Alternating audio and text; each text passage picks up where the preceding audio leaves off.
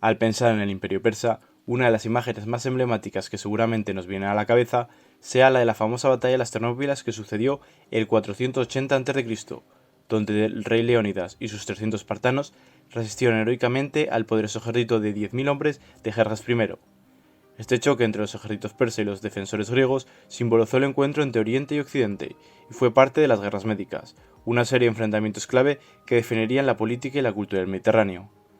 Tras esta breve introducción, ya os hacéis una pequeña idea de la magnitud del imperio del que vamos a hablar en este episodio, de la serie de imperios más importantes de la historia. Antes de empezar, quiero dar las gracias a todos los que estáis apoyando los vídeos, dando like, comentando y suscribiéndoos. Dicho esto, ¡comenzamos! El imperio persa fue fundado por Ciro II el Grande, quien en el año 559 a.C. se convirtió en el gobernante de Ansán, una pequeña región de Persia. Gracias a su destreza militar y diplomática, Ciro unificó las tribus persas y comenzó a expandirse. Conquistó el poderoso reino de Lidia en Asia Menor y luego, en el año 539 a.C., se apoderó de Babilonia, liberando a los judíos exiliados allí y ganando su lealtad. Los sucesores de Ciro, Cambises II y Darío I, continuaron expandiendo el imperio hasta abarcar regiones que iban desde Egipto hasta la India. Darío I fue uno de los arquitectos del sistema administrativo persa, implementando una red de satrapías o provincias y un eficiente sistema de carreteras que conectaban todas las regiones. Fue también bajo su mandato cuando se llevaron a cabo las primeras guerras médicas contra Grecia. El sucesor de Darío, Jerjes I, llevó a cabo la segunda invasión de Grecia, que incluyó la mencionada batalla de las Termópilas y la famosa batalla de Salamina, donde los griegos derrotaron a la flota persa. Aunque la expansión hacia el oeste se frenó, el imperio siguió prosperando hasta que comenzaron las crisis sucesorias y la presión militar desde Macedonia. Las disputas internas, la corrupción y el conflicto con Grecia debilitaron al imperio, lo que permitió a Alejandro Magno conquistar el territorio persa tras derrotar al rey Darío III en la batalla de Gaugamela en el año 331 a.C. Tras la muerte de Darío, Alejandro se proclamó emperador, poniendo fin al imperio persa aqueménida. Ahora hablaremos de su extensión y de su población. En su apogeo bajo Darío I, el imperio persa fue uno de los más grandes de la historia, con una extensión aproximada de 5.5 millones de kilómetros cuadrados, abarcando Egipto, Mesopotamia, el Asia Menor, Persia y parte del subcontinente indio.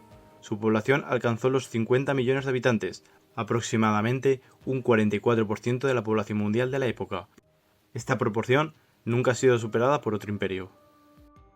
Los persas se dedicaban principalmente a la agricultura, la ganadería y el comercio. Las rutas comerciales conectaban Asia, el Mediterráneo y África, permitiendo un intercambio constante de bienes y conocimiento. La moneda oficial era el dario de oro, introducida por Darío I, que facilitó el comercio en todo el imperio.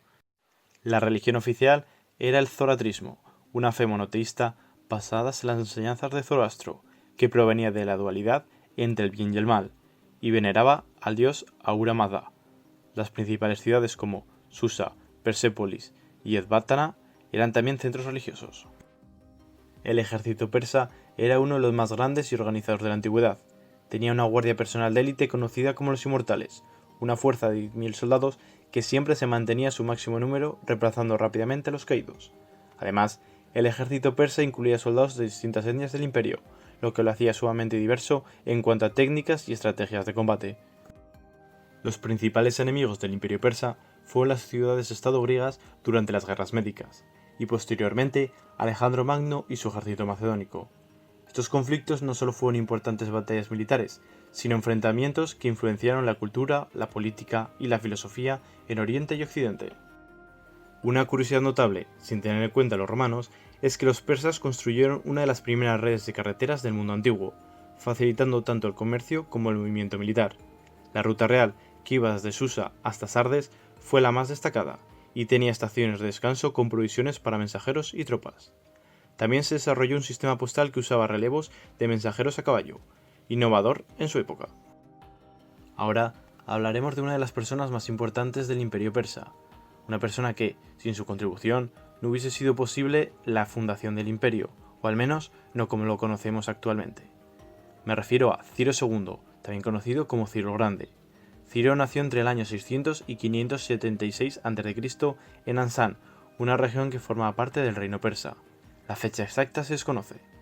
Era hijo de Cambises I, rey de Ansán, y según la tradición descendía de los aqueménidas, una dinastía persa. heredó el trono de su padre en el año 559 a.C., cuando Ansán estaba bajo dominio medo.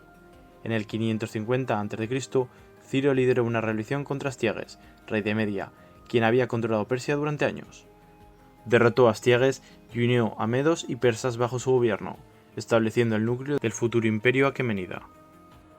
Ciro demostró ser un líder visionario y un estratega habilidoso.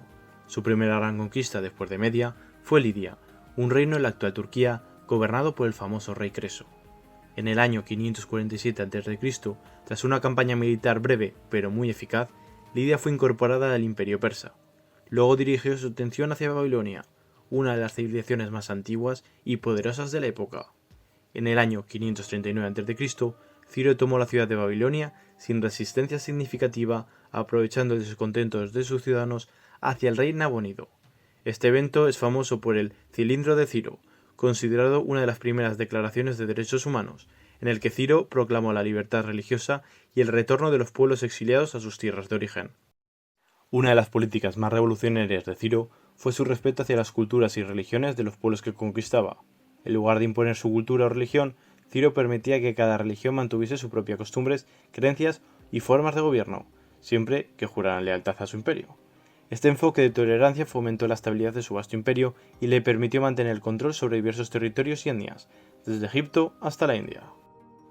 En el año 530 a.C., durante una campaña en las fronteras orientales de su imperio, Ciro murió en una batalla contra los masagetas, una tribu escita liderada por la reina Tomiris. Su tumba, ubicada en Pasargada, sigue siendo un importante símbolo de su legado, respetada hasta por sus enemigos. Ciro dejó a su hijo Cambises II un imperio consolidado que abarcaba desde el mar Mediterráneo hasta el río Indo, y su gobierno se convirtió en un modelo de liderazgo justo y tolerante. Ciro el Grande es recordado no solo como un conquistador, sino como un gobernador excepcional. Su enfoque hacia la gobernanza inspiró generaciones posteriores y sentó un precedente de tolerancia y respeto que influyó en imperios futuros. Fue venerado por persas, judíos y babilonios, y sigue siendo una figura fundamental en la historia de Irán y del mundo. Bueno, pues aquí acaba el vídeo del Imperio Persa. Espero que os haya gustado y si tenéis alguna duda o queréis comentar cualquier cosa, ya sabéis, me lo podéis dejar en la bandeja de comentarios. Espero poder traeros pronto el siguiente vídeo de la serie y solo queda daros las gracias por todos los que habéis llegado hasta aquí y seguís apoyando el canal. Así que, hasta el próximo vídeo.